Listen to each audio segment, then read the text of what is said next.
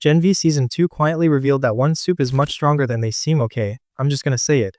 Gen V Season 2 is lying to us. You think Kate's weaker. Nah, she's terrifyingly strong, and the show's pretending she's not, on purpose. Hey everyone, it's Sophia, and welcome back to Breakdown Epic, where we dive deep into the twisted secrets of the boys' universe and expose the power plays they don't want you to notice.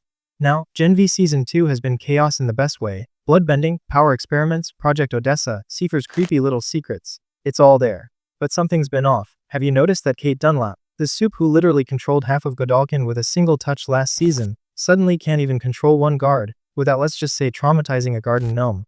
At first, I laughed. Then I realized it's a setup. Because if you've been watching closely, if you actually freeze frame her hospital scene, Kate's powers haven't weakened.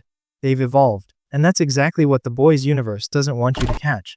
Here's the problem: Gen V Season 2 is gaslighting its own audience. We're told Kate's redemption arc is about rebuilding herself, but every failure scene of hers hides a bigger clue. When she loses control, it's not random. It's her power expanding. Think about it. When she was in a coma, her consciousness still reached out and controlled a nurse so violently it ended in multiple deaths. She wasn't even awake. How is that weaker? That's telepathic influence through unconsciousness. That's next level. That's not human. And yet the show keeps painting her as fragile, broken, and soft, so that when her power returns, it hits us like a truck. Here's the forbidden knowledge they're hiding: Kate's connection to Homelander's army in The Boys Season 4 isn't just a cameo crossover. It's a hint that Vought already knows she's one of the few soups capable of full-scale mental domination, not over a person, but over crowds. Imagine Kate not needing to touch anymore. Imagine her walking into a room and rewriting everyone's minds. That's not a student, that's a god in training. And okay, let's pause here, because I know someone's gonna say, wait, Sophia, she literally made a guard flirt with a gnome. How is that godlike? First off, hilarious. Second, that scene is proof she can override emotional reality. The gnome wasn't real. She made his brain believe it was. She created an artificial emotional state so strong it overpowered his moral reasoning. That's not a glitch. That's creative mind control. The real pain point here is how Gen V wants us to sympathize with her weakness, while secretly hinting at the birth of one of the deadliest soups in the boys' universe. And it's working, because we're all watching Mary bloodbend, Jordan morph genders mid-fight, and Seifer hack into people's DNA, while Kate's quietly rewriting what human autonomy even means. Now listen, if you're into these deep dives where we expose the truth behind the powers, hit subscribe right now, because trust me, the next breakdown will completely change how you see The Boys Season 4. Back to Kate. Let's decode that hospital scene. She's in a coma. The room's quiet, no movement. Then, a nurse moves. Not like she's scared, but like she's possessed. Kate communicates through her without sound. That's not her brain controlling a person. That's her subconscious projecting into another mind. You realize what that means, right? Kate's not just controlling people anymore.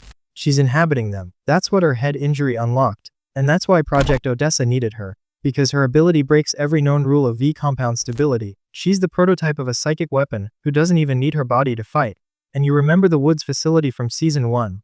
The one where they experimented on psychic suppression. Guess who their data was based on? Kate. She's the original case file.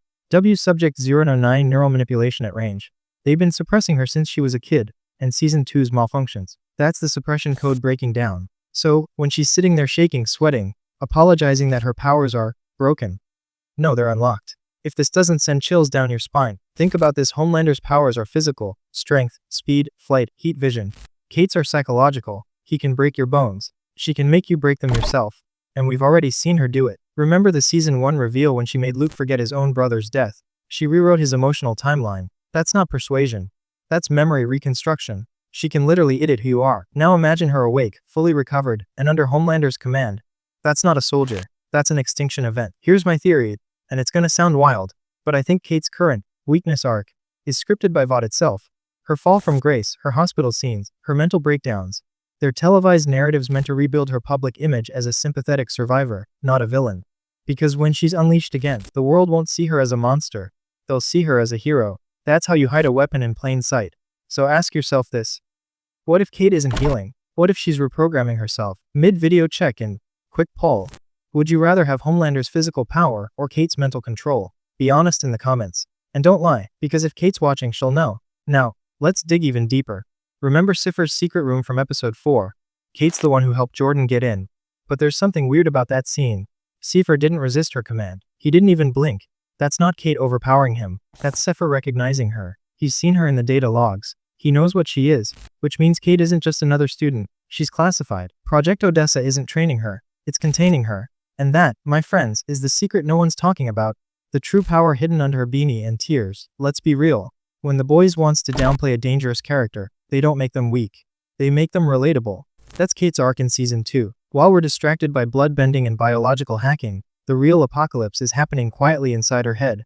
Kate isn't losing control, she's losing her limits, and the hospital sequence was the first visible crack. When she killed those nurses without waking up, it wasn't random chaos. It was her brain rejecting suppression. The compound inside her is rewriting its own neurological boundaries.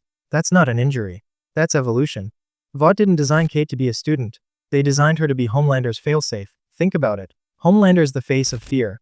But what happens if he loses control of his army? Vought needs someone who can silence an entire battalion of supes without lifting a finger. That's Kate. The touch command is just the training wheels version of her true ability. We've seen this pattern before, a character presented as unstable before the full reveal. Stormfront had it. Ryan has it. Kate is the next phase.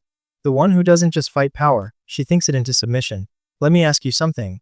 If Kate can control one person to kill, what's stopping her from controlling 100, or a city? In Season 2, Episode 5, the kids are not alright. When Cypher's systems glitched during her presence, that wasn't coincidence. Kate's psychic field was expanding. Her power doesn't just control minds, it disrupts digital networks.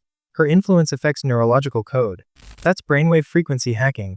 That's her stepping into Cypher's territory without realizing it. Do you see it now? Kate isn't just strong. She's a bridge between psychic and cybernetic warfare. She can manipulate thoughts and systems. That's not human. That's divine programming. And I know this sounds wild, but what if Project Odessa isn't a weapon program? It's a replacement program. Vought isn't trying to make another Homelander. They're trying to replace the need for him entirely. Now, humor me for a second. Imagine this Homelander storms into battle, a living nuclear bomb. Kate follows behind him, smiles, and everyone in the enemy line drops their weapons simultaneously. No blood, no screams, just silence. Then she looks at Homelander and whispers one word. Stop. And he does. That's the future Vought wants. And that's why they keep Kate hidden behind malfunction jokes and emotional therapy scenes. The most dangerous weapon in the world doesn't have to punch. It just has to whisper. Remember when I said earlier that Kate's powers are unlocking subconsciously? That's not just poetic, it's literal. Every time she has a blackout, her subconscious self takes control, and that version doesn't care about morality. The coma Kate we saw in the hospital isn't her broken self, it's her unfiltered version, the one who doesn't question Vought's commands, or anyone else's. Which makes you wonder if Kate is awake now. Which version of her woke up? Because I'll tell you this. The one that reached out to Sam in that hospital wasn't asking for help, she was testing him.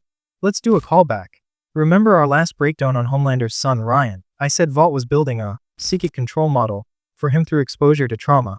Kate's connection to him may not be emotional, it's scientific. She's the template for emotional override. If Homelander loses control, Ryan becomes his replacement. And if Ryan loses control, Kate switches off the whole chain. That's not a hierarchy, that's a control system. Now here's the secret no one is daring to touch online. Vought might already be controlling Kate herself. That inner voice she keeps hearing, the whisper that tells her what to do when she's confused or scared. That's not guilt, it's programming. It's the voice of the same neural AI that's connected to Cypher's lab. The voice that guides her power back to Vought's command line. So when you see her struggling, crying, apologizing for what she's done, you're not watching a redemption story. You're watching a reset in progress. Let's pause. Humor break. If Kate ever joins the boys' main show and she makes a train believe he's running a marathon that never ends, I'll personally send her a medal. But jokes aside, that's how terrifying her ability is. She could rewrite your reality so seamlessly, you'd thank her for it. And that brings us to the most chilling part of this breakdown. Kate's real power isn't controlling minds.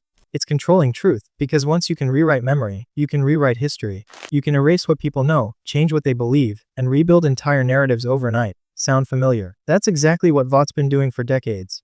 Through propaganda, through PR, through televised lies. Kate is just the living, breathing version of that machine. She's the ultimate Vought soldier because she doesn't need loyalty. She manufactures it. Here's a hypothetical for you. If Kate were to go rogue, what would Vought do? Kill her. Impossible. She'd know it before they even tried. Replace her. They can't. She's the prototype. The only option would be to suppress her again. And how do you suppress someone who can control your mind? You make her believe she's broken. That's why her Season 2 arc feels so tragic. It's the illusion of weakness, designed to keep her tame. But the truth is, the moment Kate realizes she isn't the villain, she becomes unstoppable. And if you've made it this far, I want your thoughts in the comments. Is Kate the real endgame threat of the boys' universe? Or is she the only one powerful enough to stop Homelander for good? Drop your theory. I'll feature the most mind-blowing one in our next breakdown. And if you haven't subscribed yet, do it now, because next week we're uncovering how Gen V Episode 6 secretly connects to the boys' Season 5's rumored plotline. Trust me, this rabbit hole goes way deeper than you think. Until next time, I'm Sophia, and this was Breakdown Epic. Remember, in Vought's world, power isn't about strength. It's about who controls the story. And Kate, she's already rewriting yours.